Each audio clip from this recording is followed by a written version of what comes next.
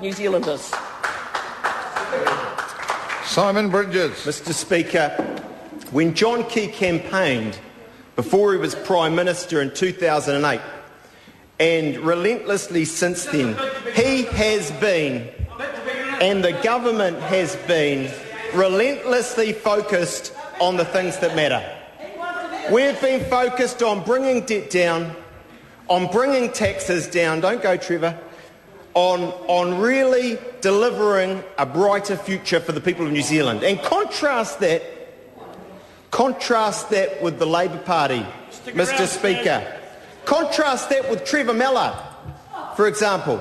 Trevor Mallard, Mr. Speaker, who is campaign manager, we're told. Campaign manager for the New Zealand Labour Party. You'd think in that role he would have a lot to do. But of course, we've got a party over there more focused in sports events, Mr. Speaker, more focused in sports events than in the campaign. Trevor Mallard is in serious training, I understand it, for a cycle race. He is challenged. He is challenged. I haven't ridden a bike for 3 months. Well, he's challenged, Mr. Speaker, on his blog, a former, I think, sickness beneficiary turned blogger to a cycle race. My question to Trevor Mallard is this: does that make him the Sonny Bill Williams of New Zealand politics? Does that make him the Sonny Bill Williams? Oh, he's back. A point of order. The Honourable Trevor Mallard. Mr. Speaker, I do have to leave the House. I can't take the next call. The answer is, unfortunately, I haven't quite got the body. So what's the point of order? Well, that's not a point of order. And he continues to get away with it. Simon Bridges. But I agree with the member. He hasn't got the body. But see, he's not the only one. He's an invalid. He is not the only one in the Labour Party, Mr. Speaker, who is focused more on sporting events, seems, than on campaigning on the issues that matter in this country. Take Claire Curran. Take Trevor Mallard's close colleague, Claire Curran.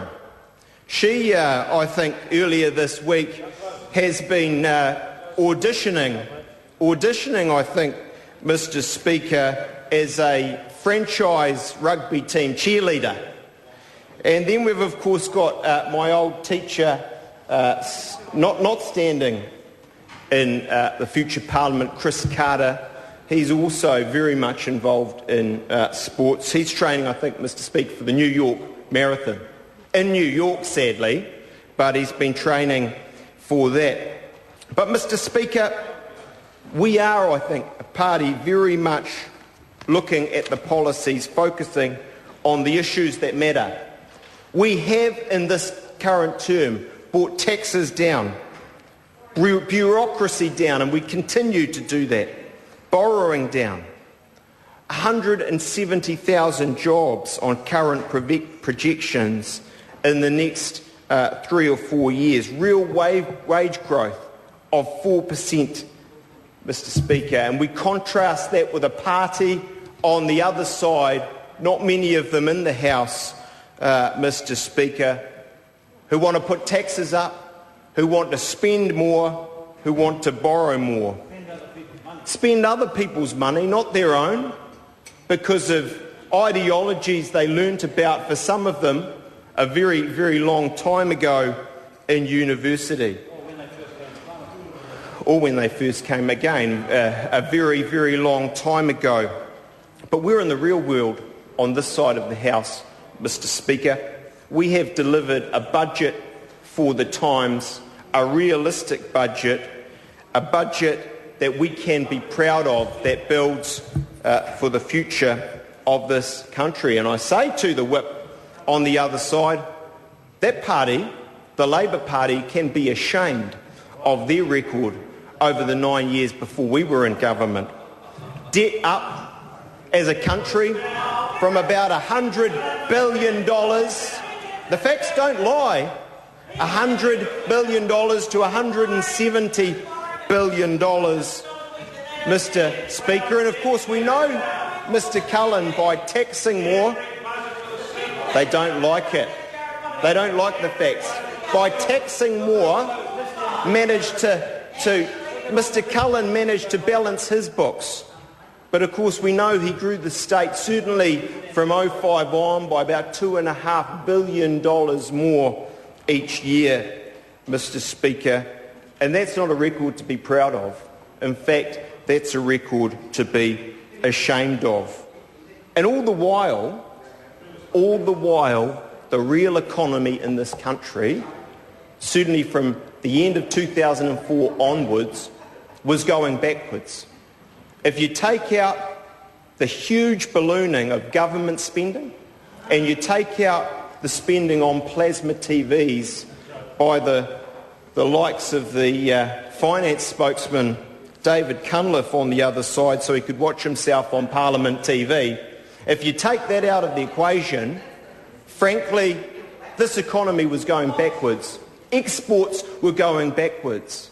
That is a record of shame, Mr Speaker.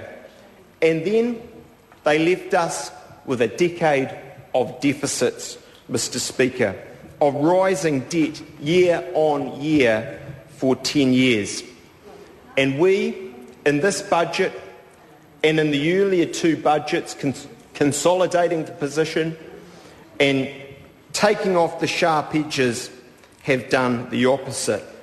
We've moved and we are moving the country over the next 4 to 5 years, 2014 to 15, I should say 3 to 4 years, back into surplus and by the end of a second national term. So we're bringing debt down. Well, Marion Street says we're borrowing more than we need. Here's the deal.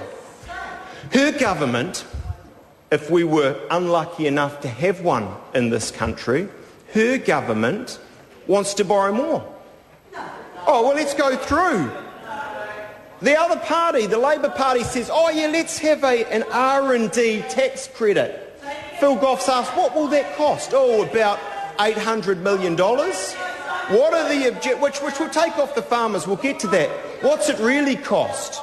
About $1.2 billion more than that. Oh, the member says I'm talking about out of a hole in my head. Well, the facts don't lie. The facts don't lie. An uncosted R&D policy, and how are they going to pay for that R&D tax policy? Well, I'll tell you, out of their farmer-hating policies, right? Because that's what we've got on the other side. Farm haters, right? Envy taxes, right? They will take it out of an ETS scheme from 2013, I think. Actually, farmers, people who work very, very hard, day in, day out, Ms Street. She says, here we go, Marion Street says farmers can be a lot more productive if they tried harder. What a slap in the face to hard-working farmers. That's right. I hope that the Federated Farmers pick up on that comment, that Marion Street says the farmers of this country should try harder and be more productive. Well, actually, they are productive. They're a bright line in this economy, and that's why we know out of the envy politics and taxes of the other side, they want to tax them more and take down the good in this economy. So we don't subscribe to those sort of policies where we tax farmers more. We don't cost our policies. We don't want to put the top tax rates up. Because let me tell the House what putting top tax rates up does. It actually sends those so-called rich, and let me say there's not many of them in this country, overseas. The doctors, the builders, the hard-working people that Ms Street doesn't seem to like, it sends them overseas. And all the while with their wedge politics, they want to put minimum wages up, to put actually the so-called people that they say they represent out of jobs. Well, I say, unlike them, we do want to give this country a fair go, but we want to do it through equality of opportunity. We want to do it through getting our debt down, paying our own way, through getting government finances in order, delivering more jobs, investing in public services and infrastructure, and yes, trimming back where we need to, because the lolly scramble that Carmel Sepuloni wants, well, we can't have that anymore. But I think we are a party, unlike the other side, who seem more interested in sporting events, and Trevor Mallard being the Sonny Bill Williams of New Zealand politics on the things that matter in this country, and I'm proud to be part of this government. Carmel Sepuloni.